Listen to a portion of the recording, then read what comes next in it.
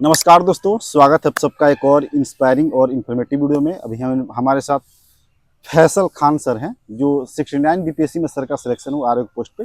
Sir की rank 142 sir लगी है ना। तो सर से जानेंगे कि सर का क्या अब तक का लाइफ में चैलेंजेज रहा, किस तरह की चुनौतियाँ रही यहाँ पहुँचने तक, और क्या सर का कंटेंट था, क्या बुक लिस्ट था, किस तरीके का नोट्स था, क्या क्या सर ने अपने पूरे इस एग्ज़ाम क्रैक करने के लिए क्या क्या सर ने फॉलो किया है। तो आप सभी के लिए ये आपके साथ टिप्स और अपनी जर्नी साझा करने वाले हैं। तो चैनल ग्रो करना, चैनल को सब्सक्राइब कीजिएगा, इस वीडियो को लाइक और शेयर करना मत भूलिए। बातचीत करें सर, सबसे पहले आपका स्वागत है और सर कंग्रेचुलेसन सर। अच्छा, शुक्रिया सर। सर थोड़ा अपने बारे में पहले बता दीजिए आप। मेरा नाम मोहम्मद फैसल खान है और मैं 69 बीपीएससी में मेरा 142 रैंक आया है और रेवेन्यू ऑफिसर मुझे मिला है। ये मेरा थर्ड अटेम्प्ट था। ओके सर, मीडियम क्या रखा था आपने? मेरा इंग्लिश मीडियम था। इंग्लिश मीडियम था। सर पढ़ाई लिखाई कहाँ से हुई है और किस टाइप के स्टूडेंट रहे थे अपने छात्र जीवन में? मेरी तो पढ़ाई गया डिस्ट्रिक्ट से ही हुई है अच्छा, और 12th तक। 12 और तक। 12th तक मेरी पढ़ाई कुछ खास थी नहीं। मतलब कि मुझे पढ़ने में उतना रुचि थी नहीं। अच्छा, रुचि नहीं मतलब थे। कि मुझे नहीं लगता, मतलब कि मेरे लाइफ में वैसा गोल नहीं था कि मतलब कि पढ़ के क्या करना है। अच्छा इस वजह से पढ़ने में मन ही नहीं लगता था। अच्छा, एकदम नहीं पढ़ते थे। नहीं, मेरा 12 में हम सेकंड डिवीजन थे और एक दो सब्जेक्ट में तो जस्ट पास थे। मतलब थोड़ा भी कम होता तो 12 में मैंने फेल हो 32 जाते। 34 नंबर थे क्या ऐसे? मैथ में 37 नंबर था। अच्छा केमिस्ट्री में लैब की वजह से 47 नंबर था। मतलब जस्ट पास ही थे। अच्छा। सेकंड डिवीजन था मेरे हाँ, का। ओके। हिंदी मीडियम से ही आपने 12 तक सर पढ़ाई की है? नहीं, था इंग्लिश मीडियम ही। इंग्लिश मीडियम हो गया, हाँ इतना लापरवाही आप कर रहे थे? हाँ। अच्छा, सीबीएसई से? 10 तक सीबीएसई से था हम्म, और 12 मतलब इंटर बिहार बोर्ड से था। ओके। सर उसके बाद ग्रेजुएशन कहाँ से हुआ और क्या सब्जेक्ट हो रहा था इसमें? ग्रेजुएशन फिर मैं हैदराबाद चला गया करने। अच्छा। वहाँ पे जवाहरलाल नेहरू टेक्नोलॉजिकल यूनिवर्सिटी से एक हम्म, कॉलेज, एफिलिएटेड कॉलेज था, हम्म, सन मैरी। हम्म, तो उससे मैंने मैकेनिकल इंजीनियरिंग अच्छा। किया। तो उसका मेरा मेरा इंजीनियरिंग फिर 2020 में कंप्लीट हुआ और लास्ट सेम में ही था जो कोविड आ गया था। हम्म, तो उसके वजह से मेरा ग्रेजुएशन और मतलब कि 6-7 महीना लेट हो गया। हम्म, तो लास्ट 2020 में कंप्लीट हुआ। Okay. Third attempt sir, okay. इसमें सर आपने प्रीलिम्स में कितना मार्क्स लगा इसमें? इसमें मेरा 93 था। 93 था, ओके। सर ये बताइए कि कहाँ से मोटिवेशन वगैरह मिला? जैसे आपने बताया कि 12 तक आप पढ़ाई में अच्छे नहीं थे, हाँ, पढ़ाई में मन नहीं लग रहा था, तो मोटिवेशन, सोर्स ऑफ इंस्पिरेशन कहाँ से था सर? जब हम मतलब कि गांव से बाहर निकले, हैदराबाद गए। तो हैदराबाद में जब सिटी की लाइफ देखा तो मेरे को लगा कि मतलब कि जो आदमी अगर सक्सेस होता है तो पढ़ाई के थ्रू हो सकता है। हाँ। मतलब इसी से सक्सेस मिलता था। फिर मेरे को वहां जाके लोग को देख के मेरी मेरी आँख खुली कि पढ़ाई का क्या इंपॉर्टेंस है। तो हम वहाँ पढ़ना स्टार्ट किया इंजीनियरिंग में प्राइवेट कॉलेज से। पर मुझे फिर बाद में एहसास हुआ कि प्राइवेट कॉलेज से प्लेसमेंट वगैरह रहता नहीं है। तो मतलब कि जितना भी मेहनत करो प्लेसमेंट वगैरह मुश्किल है। हम्म, तो फिर हम सोचा कि मतलब लाइफ में ना एक कंपटीशन तो निकालना ही पड़ेगा अगर मतलब कैरियर बनाना है तो। जी जी। तो उसी दरमियान सोचा कि सिविल सर्विस की तैयारी करते हैं और इसमें अगर हो जाता है तो ठीक है। ऐसे तो फिर इंजीनियरिंग की डिग्री है, कहीं भी तो कहीं ना कहीं मतलब तो हो ही प्लान भी का जाएगा, हो ही एमएनसी से जाएगा। जाएगा। हेलो दोस्तों, वीडियो में आगे बढ़ने से पहले आपके लिए इंपॉर्टेंट इन्फॉर्मेशन। 78 बीपीएससी का प्रीलिम्स हो गया है एंड 69 बीपीएससी का रिजल्ट आ गया है। और पीडब्ल्यू बीपीएससी वाला से उज्जवल कुमार ने रैंक 1 हासिल किया। उसके अलावा 100+ सिलेक्शन पीडब्ल्यू बीपीएससी वाला से हुआ है। इतना ही नहीं, पीडब्ल्यू बीपीएससी वाला का न्यू ईयर ऑफर भी आ गया है जिसमें मिल रहा है 66% का डिस्काउंट। 71st बीपीएससी के लिए सक्षम 3.0 फाउंडेशन बैच इंग्लिश में, प्रथम 3.0 foundation Hindi batch and Safalta 78 BPSC mains batch. इस बैचेज में आपको मिल रहा है live classes, daily practice papers, daily mains practice, class notes, full length test, PYQ analysis और भी बहुत कुछ, वो भी अफोर्डेबल प्राइस में।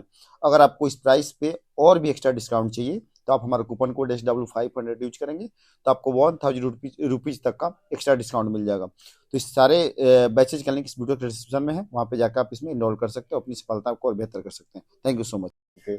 सर फैमिली बैकग्राउंड वगैरह की बात करें तो वो कैसा रहा फैमिली बैकग्राउंड, और किसे डेडिकेट करेंगे अपनी सफलता को? अपने पूरे परिवार को करेंगे। मेरा फैमिली बैकग्राउंड ज़्यादा ये नहीं है। हम्म, मतलब मेरे फैमिली में कोई भी पहले ऐसा सरकारी या गवर्नमेंट जॉब में मतलब कोई भी नहीं है। मतलब छोटा ग्रुप डी या जो भी हो, कुछ में भी नहीं है। हम्म, तो उसी वजह से जब हम बचपन में थे तो मतलब कोई आसपास में था ही नहीं, तो मुझे इंस्पिरेशन ही नहीं था पढ़ाई का। इंस्पिरेशन तो बिल्कुल भी पढ़ते ही नहीं नहीं था। थे। जब गवर्नमेंट बाहर जॉब का मतलब ही नहीं जानते थे हाँ, क्या जब होता है। बाहर गए तो फिर हैदराबाद गए तो देखा। ओके। तो फिर वहीं से इंस्पिरेशन मिला मेरे को जी कि करना सर, चाहिए। थोड़ा उधर भी सर देखते रहिए। मैं जैसे ठीक बोला है ना सर कि उधर भी यारो साहब, ऑडियंस लोग यारो सब इधर भी देख रहे हैं, इधर भी देख रहे हैं, है ना। सर ये बताइए कि कब से आप सिंसियरली बीपीएससी के लिए तैयारी कर रहे थे, कितने साल हो गए लगभग पूरे? हम तैयारी वही जब 67 का फॉर्म भरा था ना, तो कुछ कुछ अपने से पढ़ रहे थे। पर सिंसियर बोले तो हम जब कोचिंग ज्वाइन किया फरवरी 2022 में, तब से फिर हम सिंसियर तैयारी किया इसका। ओके, मतलब कितने घंटे यूपीएससी के सर? साथ इसका भी हम पढ़ते थे। ओके, तो सर आप उसके बाद में यहाँ पटना में ही रहने लगे और यहाँ पे तैयारी आप रहे? नहीं नहीं, हम वही दिल्ली में ही थे। 69 का प्रीलिम्स हम दिल्ली में रह के दिया। और मेंस? मेंस के टाइम फिर मेरा उससे पहले मेरा एएमयू आरसी है, वहाँ पे एडमिशन हो गया था। अलीगढ़ चले गए? हाँ, तो फिर हम वहाँ पे थे, तो मेंस हम फिर वहाँ से दिया था। ओके, इसके पहले जैसे कि आपने 67 और उसमें से 4 मार्क्स आपके प्रीलिम्स रुक गया हाँ, था। उसे मैं 4 मार्क्स से रुका था। सर अब अपने उसके लिए प्रीलिम्स के लिए किस तरीके का आपने रणनीति बनाया होगा, और जो यूपीएससी का सर पैटर्न जैसा रहता है उसी तरह बीपीएससी का भी क्वेश्चन अब कम बेस बहुत सारा उसी टैली कर रहा है। स्टेटमेंट बेस्ड क्वेश्चन आ रहे हैं, डायनेमिक क्वेश्चन आ रहे हैं, जैसे साइंस वाले पार्ट को साइंस टेक वाले पार्ट में कन्वर्ट किया जा चुका है। अब सर किस तरीके की रणनीति अपनानी होगी, और 2-4 नंबर जो प्रीलिम्स रह जाते हैं तो उसमें कैसे करें कुछ बोर्ड ऑफ कंप्रेस कर सकते हैं? जैसे हम 67 जब दिया था, तो उस वक्त फैक्ट बहुत ज्यादा आता था प्रीलिम्स में, तो जिसकी वजह से मेरा 4 नंबर से रह गया था। मैं जब 68 दिया तो उसमें यूपीएससी पैटर्न का क्वेश्चन आया, तो ऑलरेडी हम कोचिंग करे हुए थे उसकी, तो उसमें मेरा बहुत हेल्प हुआ। इस वजह से मेरा 68 प्रीलिम्स हुआ, फिर 69 प्रीलिम्स हुआ। और जैसे एक 2 नंबर से रह जाता है ना, तो उनको चाहिए कि जैसे कि जो नेगेटिव मार्क्सिंग में ज्यादा हो जाता है ना, तो उसमें कंट्रोल करें। मतलब कि जहाँ पे लगता है 50-50 भी है ना, तो उसको एक लिमिट से मारे कि अगर मतलब कि सब गलत भी हो गया या कुछ सही हुआ ना, तो मतलब जो हम कंफर्म मारा उसमें से मेरा नंबर नहीं जाए। तो मतलब इतना सोच के मारना ज्यादा चाहिए। मार्क्स चक्कर में पड़ने पे फिर माइनस में जा सकते हैं। हाँ, मतलब इतना ही मारे कि अगर मतलब उसमें से कुछ गलत भी हुआ सही हुआ तो मेकअप हो जाए, और मतलब कि जो मेरा एकदम कंफर्म ज्यादा सही रिस्क है। ना ले सर। हाँ, ज्यादा रिस्क ना ले।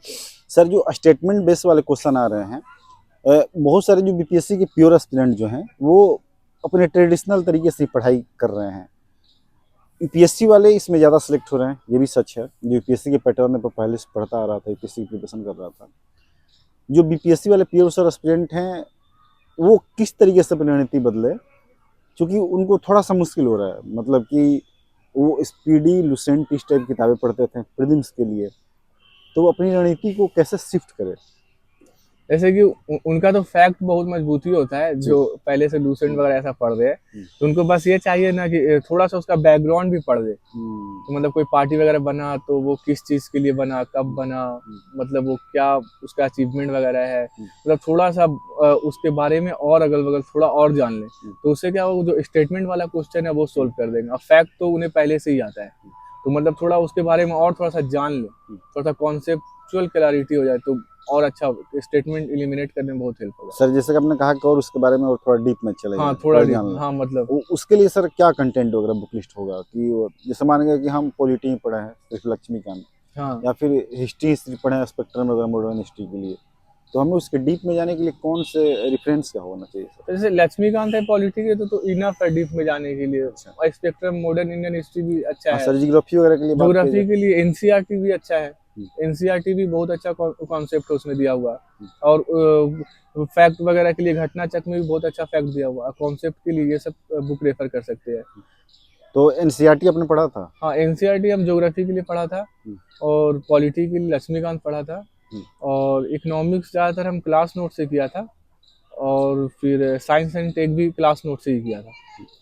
मतलब सब मिला के ये मैं समझ पा रहा हूँ कि आप यूपीएससी के जो प्रिपरेशन किए हाँ, उससे बहुत बेनिफिट हुआ। हाँ, बहुत ज़्यादा बेनिफिट्स हुआ मेरे। पहले शायद कम बेनिफिट होता, लेकिन अब यूपीएससी हाँ, का हाँ, ये जो पैटर्न चेंज हुआ, पैटर्न इससे चेंज हुआ। मतलब मेरे लिए ज़्यादा अच्छा हो गया। तो सर आप क्या ये सजेस्ट करना चाहोगे स्टूडेंट्स को कि आप बीपीएससी के यदि एस्पिरेंट हो तो आप यूपीएससी की तैयारी करें तो आपको ज्यादा फायदा होगा? क्या कहना हाँ, चाहेंगे? फायदा तो होगा ही बहुत ज़्यादा, ऐसे में भी होगा। जैसे कि सोसाइटी वगैरह बीपीएससी के सिलेबस में नहीं है, सोशल जस्टिस। हाँ, पर अगर उसको यूपीएससी का सिलेबस से कवर करो तो ऐसे लिखने में हेल्प होगा। एथिक्स वगैरह भी पढ़ो तो वो भी ऐसे लिखने में हेल्प होगा।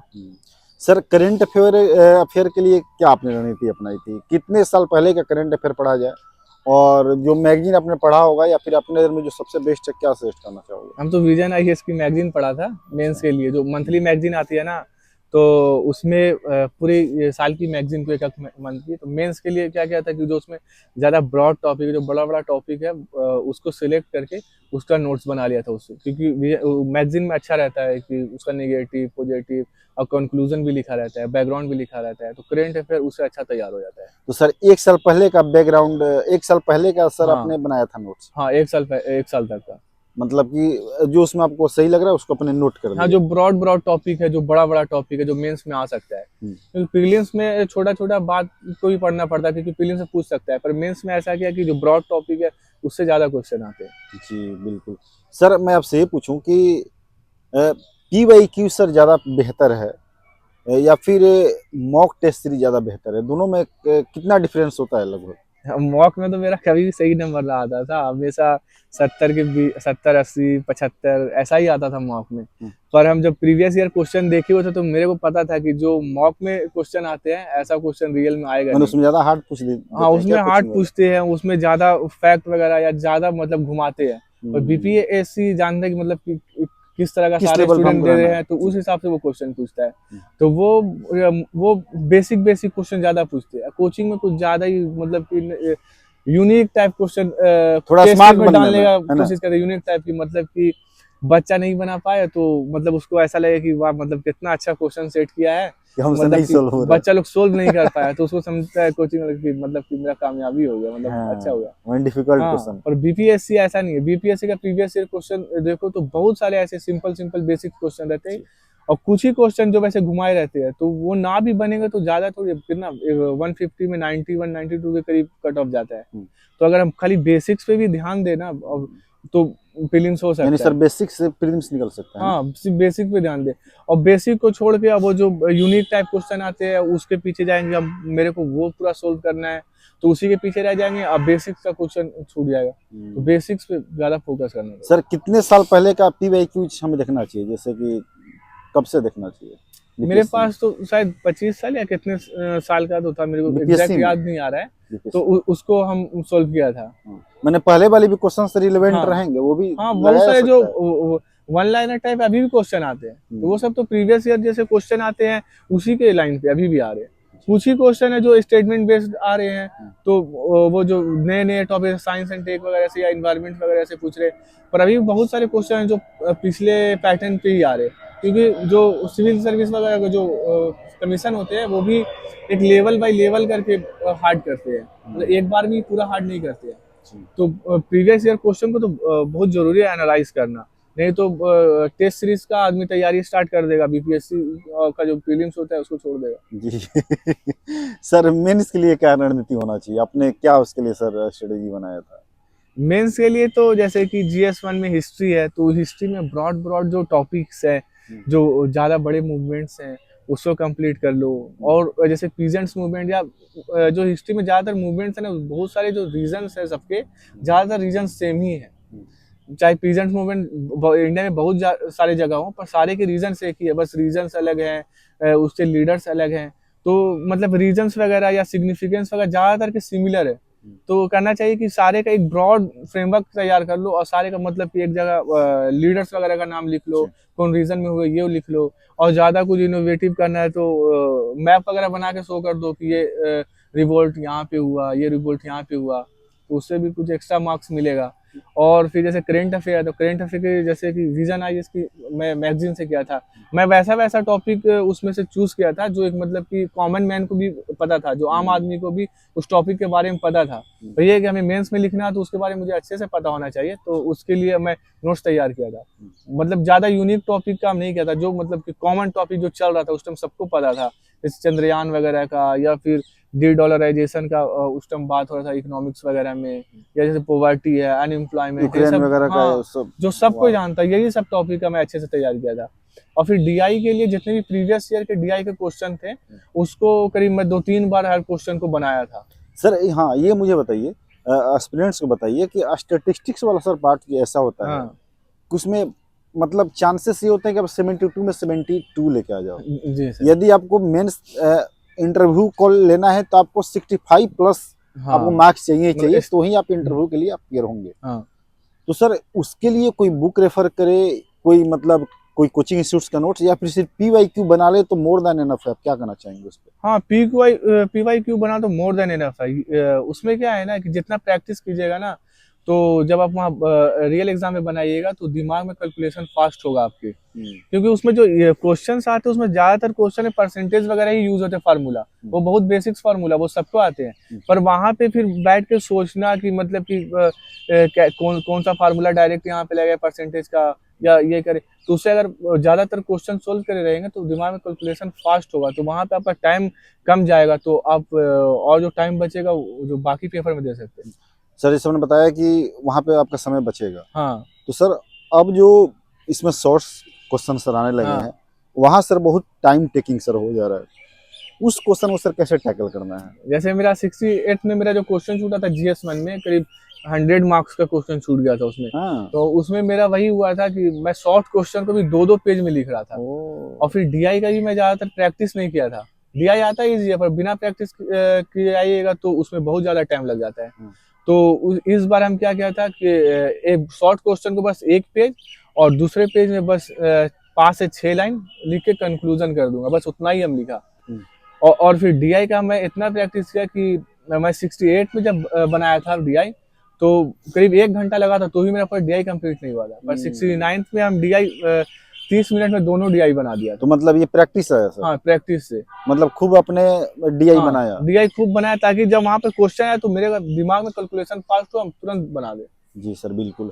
सर ये बताएं कि यहाँ पे जो करंट वाला पार्ट है मेंस में, हाँ और सर स्टैटिक वाला पार्ट जो होता है, कभी कभी क्वेश्चन ऐसे आ जाते हैं कि दोनों को रिलेट करना पड़ता है। हाँ मान गए सर कि कोई ऐसा आर्टिकल बेस्ड कोई पॉलिटी में हाँ सर हाँ क्वेश्चन हाँ। आ गए, और मतलब रिसेंटली सुप्रीम कोर्ट ने कोई जजमेंट दिया हो, या फिर पार्लियामेंट ने कोई इस पे लॉज वगैरह कोई पास किया हो, कोई कानून वगैरह, तो सर आप ये बताएं कि वहाँ पे किस तरीके से सर इंटरकनेक्ट किया जाए उस आंसर में?